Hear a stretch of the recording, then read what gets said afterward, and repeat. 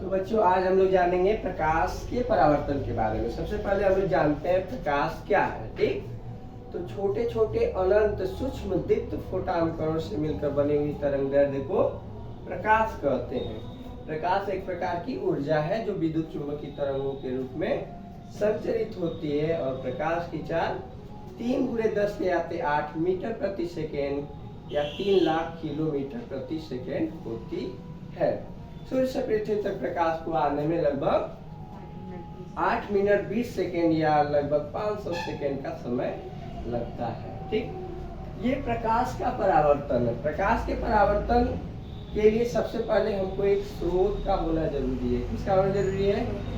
स्रोत का होना जरूरी है, क्योंकि वहां से प्रकाश की किरणें वस्तु पर आपतित होंगी। और फिर उसके बाद प्रकाश की परावर्तित किरण का भी होना जरूरी है, तभी जाकर के प्रकाश का परावर्तन की घटना होगी। कभी हम लोगों ने सोचा है कि जब दर्पण के सामने खड़े होते हैं तो दर्पण में हमारा प्रतिबिंब बनता है, लेकिन दर्पण के पीछे अगर खड़े हो जाते हैं तो दर्पण के अंदर प्रतिबिंब नहीं बनता है। ऐसा क्यों होता है? ऐसा परावर्तन की घटना के कारण होता है। जब हम लोग दर्पण के सामने खड़े होते हैं तो दर्पण की जो पहली सतह होती है उससे प्रकाश का परावर्तन होता है, किंतु दर्पण की जो दूसरी सतह होती है वह लाल ऑक्साइड से कलर कर दी गई होती है, जिसके कारण उससे प्रकाश आर पार नहीं जा पाता है और पहली सतह से प्रकाश का परावर्तन होने के कारण उस दर्पण के अंदर हमारा प्रतिबिंब बनता है। लेकिन जब हम लोग दर्पण के पीछे जाते हैं, खड़े हो जाते हैं, तो हमसे चलने वाली प्रकाश की किरणें दर्पण के अंदर पहुंच ही नहीं पाती हैं, क्योंकि पहली सतह ही लाल ऑक्साइड से कलई किया गया रहता है, जिसके कारण प्रकाश का परावर्तन न होने की घटना के कारण हमारा प्रतिबिंब दर्पण में बनता हुआ नहीं दिखाई देता है।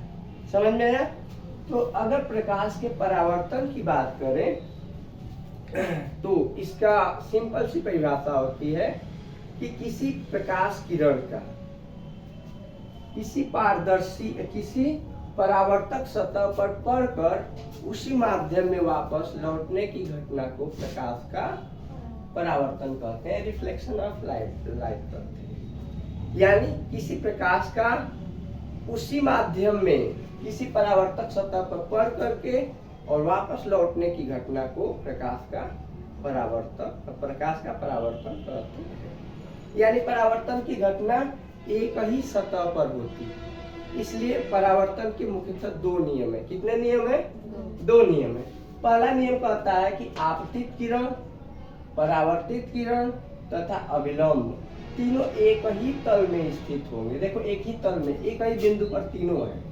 ये आपतित किरण आ रही है एक ही बिंदु पर, इसी बिंदु से परावर्तित किरण जा भी रही है, इसी बिंदु पर हम लोग नॉर्मल भी ड्रॉ किए हुए हैं।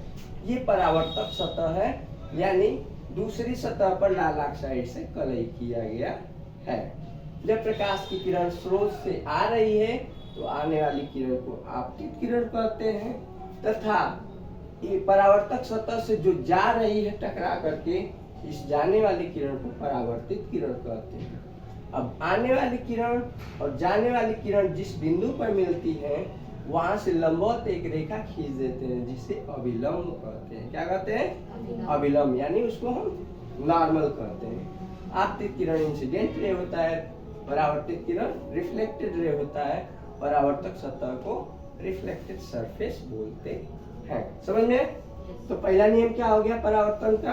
पहला नियम आपतित किरण, परावर्तित किरण तथा अभिलंब तीनों एक ही तल में स्थित होते हैं। दूसरा नियम कहता है कि आपतित किरण अभिलंब के साथ जो कोण बनाती है इसको आपतन कोण बोलते हैं, एंगल ऑफ इंसिडेंट बोलते हैं, इसको आई से प्रदर्शित करते हैं। परावर्तित किरण अभिलंब के साथ जो कोण बनाती है इसको परावर्तन कोण बोलते हैं, इसको एंगल ऑफ रिफ्लेक्शन बोलते हैं। समझ में? तो रिफ्लेक्शन से आर लेते हैं, इस इंसिडेंट से आई ले लेते हैं। तो आपतन कोण जो होता है उसको आई से प्रदर्शित करते हैं, परावर्तन कोण को आर से प्रदर्शित करते हैं। तो परावर्तन का दूसरा नियम होता है कि एंगल आई बराबर क्या होता है? एंगल आई बराबर एंगल आर होता है। यानी अगर 30 अंश के कोण पर ये आई प्रकाश की किरण तो 30 अंश के कोण पर जाएगी भी। इसलिए सूर्य के सामने जब हम लोग शीशा रख देते हैं तो प्रतिबिंब वहां पर बनता है। ठीक, थोड़ा सा शीशा को घुमाएंगे तो प्रतिबिंब थोड़ा सा हट के बनेगा। जिस तरह से शीशा को हम लोग घुमाएंगे उस तरह से प्रतिबिंब बनेगा, क्योंकि जिस कोण पर नॉर्मल से एंगल ऑफ इंसिडेंट बनेगा, आपतन कोण बनेगा, उतने ही कोण पर एंगल ऑफ रिफ्लेक्शन भी बनेगा। समझ में? तो इसे प्रकाश का परावर्तन कहते हैं। ठीक, तो अगर 2 मिनट के अंदर परिभाषा देंगे तो क्या कहेंगे? प्रकाश की किरण का किसी चिकने परावर्तक सतह पर पड़कर उसी माध्यम में वापस लौटने की घटना को प्रकाश का परावर्तन कहते हैं। प्रकाश के परावर्तन के मुख्यतः 2 नियम हैं। पहला नियम, आपतित किरण, परावर्तित किरण तथा अविलंब तीनों एक ही तल में स्थित होते हैं। आपतन कोण I तथा परावर्तन कोण R आपस में बराबर होते हैं।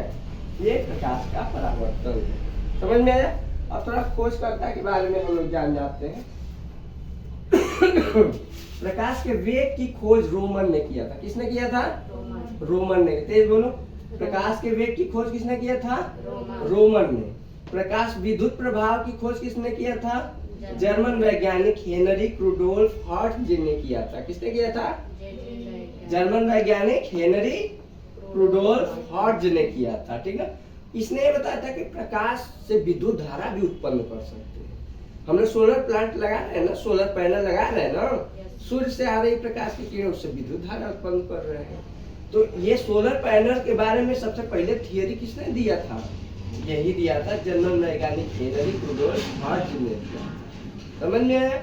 ये प्रकाश के प्रकीर्णन की खोज, प्रकाश कितने तेजी से फैलेगा, कितने कम धीरे धीरे फैलेगा, इसके बारे में बताया था भारतीय वैज्ञानिक सीवी रमन ने, जिसके कारण इनको नोबेल पुरस्कार से सम्मानित किया गया। भारत सरकार ने इन्हें नोबेल पुरस्कार दिया। समझ में आया? ये हमारे भारतीय भौतिक वैज्ञानिक थे सीवी रमन जी। और प्रकाश विद्युत चुंबकीय प्रभाव, ये प्रकाश विद्युत प्रभाव है। आप प्रकाश का चुंबकीय प्रभाव भी होगा। ठीक ना, इसकी खोज किया था मैक्सवेल ने। किसने किया था? मैक्सवेल ने किया था। प्रकाश की दोहरी प्रकृति, प्रकाश के दोहरी प्रकृति की खोज लुइस डी ब्रॉगली ने किया था। दोहरी प्रकृति का मतलब प्रकाश ड्यूल नेचर रखता है। ड्यूल नेचर का मतलब कि प्रकाश कणों के रूप में भी आगे बढ़ता है, प्रकाश प्रोटॉन कणों के भी रूप में आगे बढ़ता है, आइजैक न्यूटन ने बताया।